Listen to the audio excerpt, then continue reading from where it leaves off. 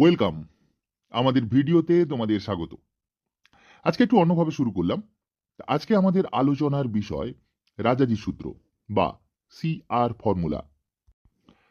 প্রতিবারের মতো ভিডিও শুরুর আগে তোমাদের বলি, যদি আমাদের ভিডিও তোমাদের ভালো লাগে কিংবা আমাদের ভিডিও থেকে তোমরা উপকৃত হও, তাহলে লাইক এবং শেয়ার করো, চ্যানেল সাবস্ক্রাইব করে বেল বাটন প্রেস করে অল করে দিও আমাদের সমস্ত ভিডিওর নোটিফিকেশন সবার আগে পাওয়ার জন্য। যদি তোমরা আমাদের ভিডিও ফেসবুকে দেখো, তাহলে ফেসবুক পেজ লাইক ও ফলো করে দিও। যদি তোমাদের কোনো বিষয়ের নোট অর্থাৎ হিস্ট্রি সম্পর্কিত কোনো নোটের প্রয়োজন হয়, তাহলে স্ক্রিনে দেওয়া ইমেল আইডিতে আমাদের সাথে যোগাযোগ করো। শুরু করছি আজকের ভিডিও। 1942 খ্রিস্টাব্দে ভারত ছাড়ো আন্দোলনের পটভূমি এবং সেই সময়ে সুভাষচন্দ্র বসুর নেতৃত্বে আজাদ হিন্দ বাহিনীর সংগ্রাম।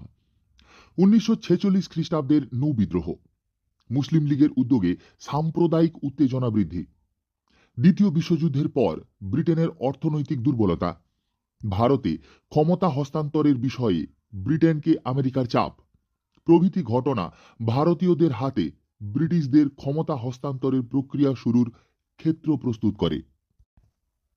1942 খ্রিস্টাব্দে ভারত ছাড়ো আন্দোলনের সময়ও মুসলিম লীগের অনড় দাবি ছিল পৃথক পাকিস্তান রাষ্ট্রের গঠন। এই লক্ষ্যের বাস্তবায়নেই তাদের যাবতীয় রাজনৈতিক কর্মকাণ্ড পরিচালিত হয়। এই অবস্থায় স্বাধীন ভারতকে দ্বিখণ্ডিত না করে অথচ জিন্নার দাবির কিছু অংশ বাস্তবায়িত করে গান্ধী অনুগামী মাদ্রাজের চক্রবর্তী রাজা গোপালাচারী এক সমাধান সূত্র প্রকাশ করেন। তার এই সমাধান সূত্র রাজাজি সূত্র বা সিআর ফর্মুলা নামে পরিচিত, যা প্রকাশিত হয় 1944 খ্রিস্টাব্দের মার্চ মাসে।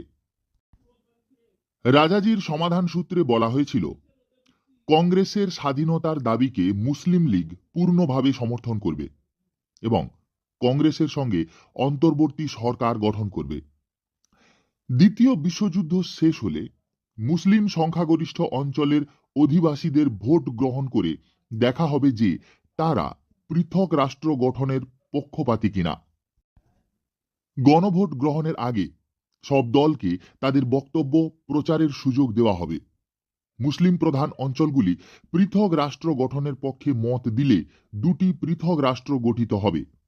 দেশ ভাগ হলেও প্রতিরক্ষা, বাণিজ্য, যোগাযোগ ও অন্যান্য বিষয়ে উভয় অংশই সমানভাবে জড়িত। এই সব বিষয় যৌথভাবে পরিচালিত হয়। ব্রিটিশ সরকার ভারতকে স্বাধীনতা দিলে তবেই এই প্রস্তাব কার্যকরী হবে। গান্ধীজি 1944 খ্রিস্টাব্দের 6 মে জেল থেকে ছাড়া পান।